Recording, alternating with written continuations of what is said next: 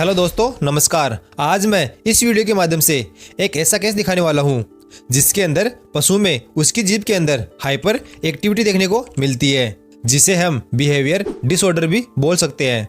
मतलब इसके अंदर पशु की आदत भी हो सकती है।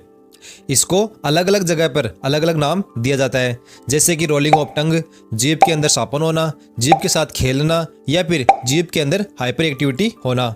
तो इसका क्या कारण हो सकता है, इसका हम क्या इलाज कर सकते हैं, इसके बारे में हम इस वीडियो के अंदर चर्चा करने वाले हैं। तो दोस्तों, अगर जानकारी प्रॉपर लेनी है तो वीडियो को बिना स्किप किए देखें। स्किप करके देखने पर आधी अधूरी जानकारी प्राप्त होती है जो सही नहीं है। और वीडियो पसंद आए तो वीडियो को लाइक, दोस्तों के साथ शेयर जरूर करिएगा।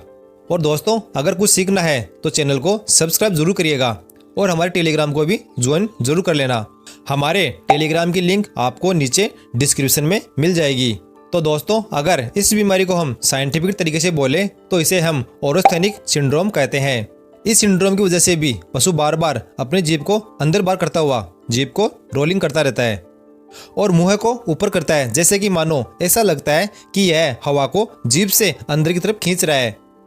जैसा कि आप इस गाय के बच्चे के अंदर देख सकते हैं कि कैसे यह अपनी जीभ को बार बार रोलिंग कर रहा है और ऊपर मुंह करता है, जैसे कि मानो हवा को अंदर खींच रहा है। यह कंडीशन बड़े पशुओं में, छोटे पशुओं में किसी में भी हो सकती है। दोस्तों, ऐसा क्यों होता है?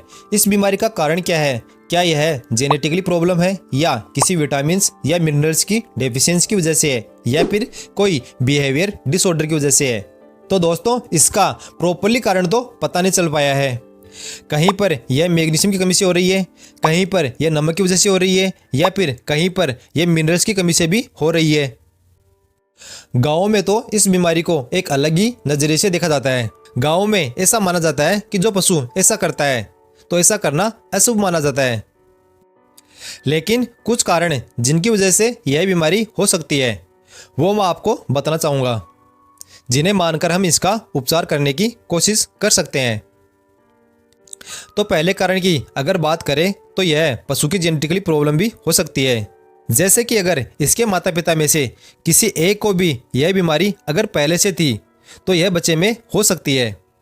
अगला कारण माने तो ज़्यादातर कंडीशन में ऐसा सामने आया है कि पशु को इस बीमारी की आदत हो जाती है और आदत की वजह से भी पशु बार बार अपनी जीभ को बाहर निकालता रहता है। ऐसी कई प्रकार की बीमारियों की आदत लगना पशु के अंदर अधिकतर उस पशु के रखरखाव पर निर्भर करती है।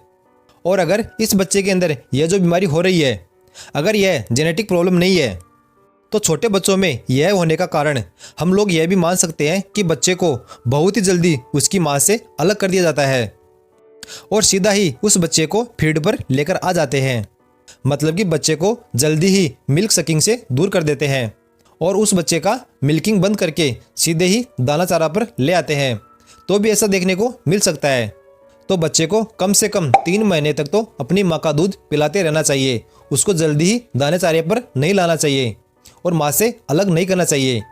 और बड़े पशु के अंदर ऐसा हो रहा है तो यदि हम बड़े पशु को लगातार दाना रूपी आहार ज़्यादा मात्रा में खिलाते हैं और चारा की मात्रा बहुत ही कम रखते हैं तो उसमें भी ऐसा हो सकता है, क्योंकि लगातार चारा कम खिलाने की वजह से पशु के अंदर फाइबर्स की कमी हो जाती है और इनऑर्गेनिक फॉस्फेट की कमी हो जाती है। तब भी पशु के अंदर ऐसा हो सकता है। पशु के अंदर अगर ऐसी आदत है तो उसको छुड़ाने के लिए क्या करें?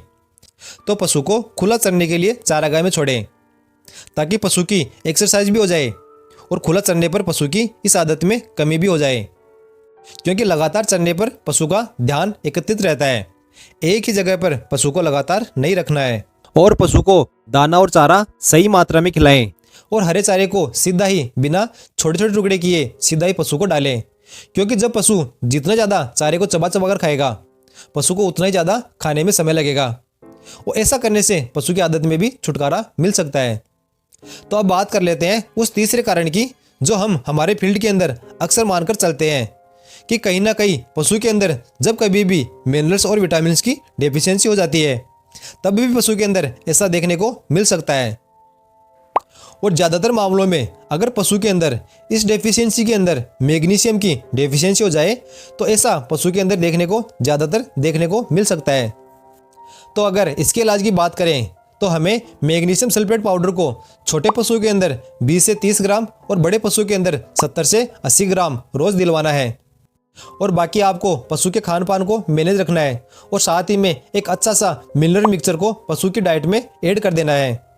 मिनरल मिक्सचर आप रोज एक टाइम बड़े पशु को 50 ग्राम और छोटे पशु को 20 से 25 ग्राम दे सकते हैं। और इसी के साथ में आपको पशु की डाइट के अंदर नमक को भी ऐड कर लेना है।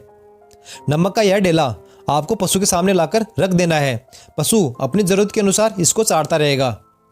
नमक आप सादा या फिर सेंधा नमक भी ले सकते हैं या फिर इसके अलावा आप पिसा हुआ नमक भी ले सकते हैं।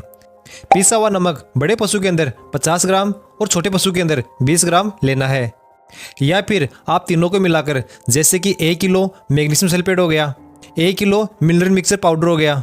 मिनरल मिक्सचर पाउडर कोई सा भी एक अच्छा सा होना चाहिए और 1 किलो नमक जो पिसा हुआ हो, इन तीनों को मिलाकर आप एक साथ भी दे सकते हैं। यह आपको 1 से 1.5 महीने तक पशु को देना है। और इसका बाकी ऐसा कोई समाधान नहीं है जो साइंटिफिक तरीके से हो।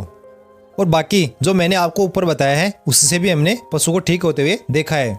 तो दोस्तों वीडियो कैसी लगी कमेंट में ज़रूर बताना और जो भी आपका सवाल है वो कमेंट में आप कर देना, हम आपकी सहायता ज़रूर करेंगे।